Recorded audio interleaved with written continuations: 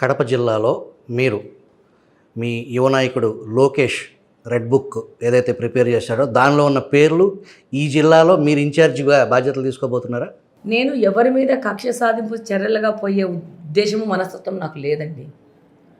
కాకపోతే ఇక్కడ ఎమ్మెల్యే తమ్ముడు నన్ను సెక్సువల్ అసాల్ట్ చేస్తాననే విధంగా పోలీస్ స్టేషన్లో మాట్లాడాడు.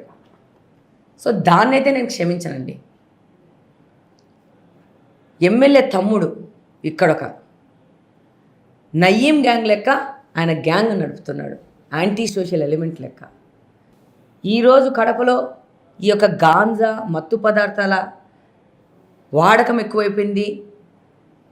అవి కబ్జా చేసే కడపనంటే దానికి కారణము షాడో ఎమ్మెల్యే గారే. ఎవరు మాట్లాడినా వాళ్ళని అడ్డు అదుపు లేకుండా, నోరు అదుపు లేకుండా మాట్లాడుతున్నాడంటే మహిళల మీద ఆయనకు ఆ రెస్పెక్ట్ అనేది ఆ విధంగా ఉంది.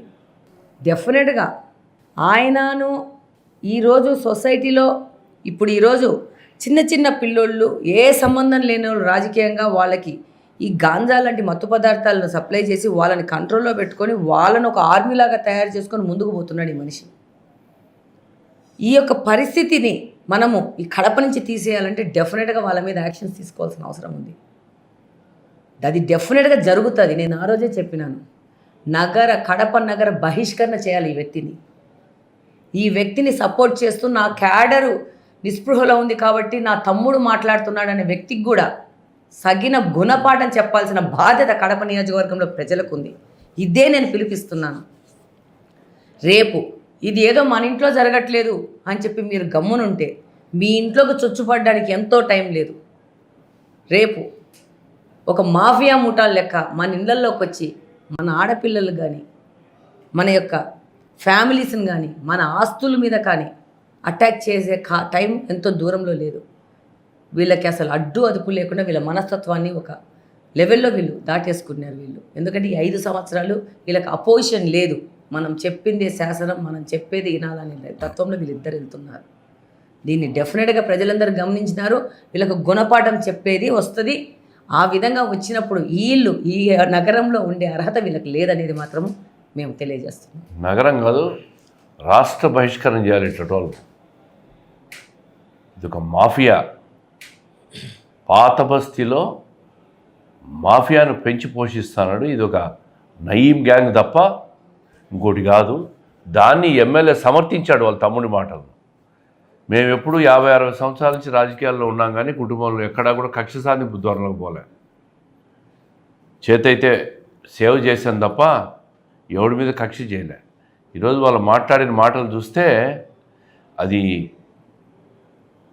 జిల్లాలో ఉన్న ప్రతి వ్యక్తి ఆలోచించాల్సిన అవసరం ఉంది. ఇట్లాంటి వ్యక్తులకు మళ్ళీ జగన్మోహన్ రెడ్డి టికెట్ ఇచ్చాడు.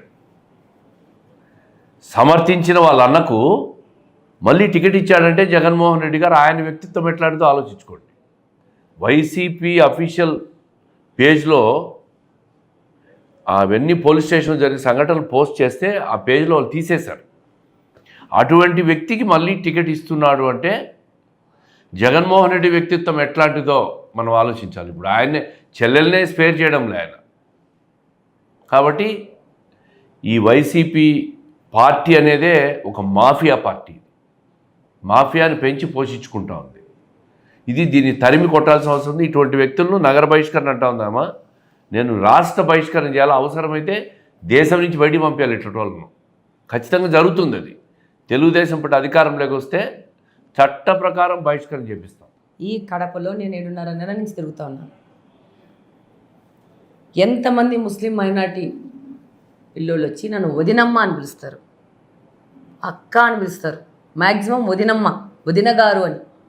అలాంటి సొసైటీ, మర్యాద ఉన్న సొసైటీ మన కడప నియోజకవర్గం. ఎంతో మర్యాదస్తులు. ఆడబిడ్డ అంటే అంత ప్రొటెక్టెడ్గా చూస్తారు. నేను ప్రజల్లోకి వెళ్తా అంటే ఈ పిల్లోళ్ళు మా పార్టీలో ఉన్న మా మైనార్టీ పిల్లలందరూ నాకు చేతులు అడ్డం పెట్టి నన్ను ప్రొటెక్ట్ చేస్తారు. అలాంటి సొసైటీ ఉన్న దాంట్లో వీళ్ళిద్దరు చీడ పురుగులు. మహిళలంటే గౌరవం లేదు వీళ్ళకి. వాళ్ళ ఇంట్లో వాళ్ళిద్దరికీ కూతుళ్ళు ఉండారు. ఒక్కసారి ఆలోచించాలి వాళ్ళు. దీనికి నన్ను పోలీస్ స్టేషన్లో మాట్లాడిన దానికి మతం రంగు పులవాలనుకుంటున్నారు. ఎంత దుస్థితికి దుర్మార్గానికి వెళ్ళారంటే వీళ్ళు మతం రంగు పులిమి దీని నుంచి కూడా అడ్వాంటేజ్ తీసుకోవాలనుకుంటున్నారంటే సిగ్గుపడాలి ఈ సొసైటీ. దానికి టీడీటీ బోర్డులో మెంబర్ ఒకరు వీళ్ళు చెప్తే ఆయన వచ్చి స్టేజ్ ఎక్కి మాట్లాడితే ప్రతి ఒక్కరు దాని మీద విమర్శిస్తే నమస్కారం, నాకు దీంతో సంబంధం లేదు అని నేను ఒకటే చెప్పాను.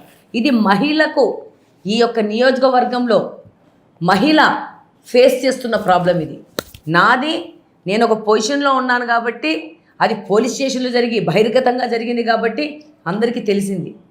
తెలియకుండా జరిగేటివి ఎన్నో ఉన్నాయి. నాకు ఎన్నో ఎక్స్పీరియన్స్ వాళ్ళు చెప్పారు. ఒక అమ్మాయి వెళ్ళిపోయి నాకు కరోనాలో చచ్చిపోయినాడు నా భర్త, నాకు పింఛనీ అబ్బా అని చెప్పి ముస్లిం అయినట్టు మహిళ వెళ్తే నీకు భర్తనిస్తాను కానీ పింఛనీ లేనన్నాడంట. మొగుడిని ఇస్తాను, ఎగ్జాక్ట్లీ ద వర్డ్. ఈ మాట మాట్లాడినాడు అని ఆ పిల్ల కళ్ళనీళ్ళు పెట్టుకుంటే రేపు ఎలక్షన్కి వస్తాడు కదా అప్పుడు చెప్తాను నాకు ఎవరిని ఇస్తాడో అన్న సందర్భాలు ఉన్నాయి. ఇవి దాదాపు నేను రోజు చాలా వింటున్నాను. ఒక అమ్మాయి నాకు భర్త చచ్చిపోయినాడంటే నిన్ననే నేను దాదాపు 20 రోజుల క్రితమే కలిశాను. నీకు వయసులో ఉండవు కదా పని చేసుకొని ఈయన సొంత డబ్బులు ఇస్తున్నాడా? మహిళ భర్త చచ్చిపోయి ఆర్థికంగా ఇబ్బందులు పడుతున్న మహిళల్ని నిన్ను వచ్చి ఒక సాయం అడుగుతుంటే ఇక్కడ గెలిచిన ఒక ప్రజాప్రతినిధిగా నీ బాధ్యత ఏంది? చేతనైతే చెయ్యి. ఏం నీ ఇంట్లో డబ్బులు డ్రా చేసి తెచ్చిస్తున్నావా? మా డబ్బులు, ప్రజల డబ్బులు సంక్షేమ రూపంలో ప్రజలకు అందిస్తున్నావు, ఇవ్వు చేతైతే. లేకపోతే కుదరదని చెప్పు. లేకపోతే గమ్మున నువ్వు రొటీన్, నీకు నాలుక లేదు కదా, దేనికి పలకవు కదా, ఏదడిగినా నా చేతుల్లో ఏం లేదు అవినాష్ రెడ్డి చేతుల్లో ఉందని అంటున్నావు కదా. ఇక్కడ ఏ సమస్యలకి ఈయన స్పందించడు. ప్రతి ఒక్కటి అవినాష్ రెడ్డి చేతిలో ఉందంటాడు. ఇక్కడ గాంజా యువకులను అరెస్ట్ చేస్తే పోలీసులు వాళ్ళ మీద ఛార్జ్ చేయాలంటే పులివెందుల నుంచి ఆ పెత్తందారుడు ఫోన్ చేస్తాడు ఇక్కడ పోలీసు వాళ్ళు పని చేయకుండా.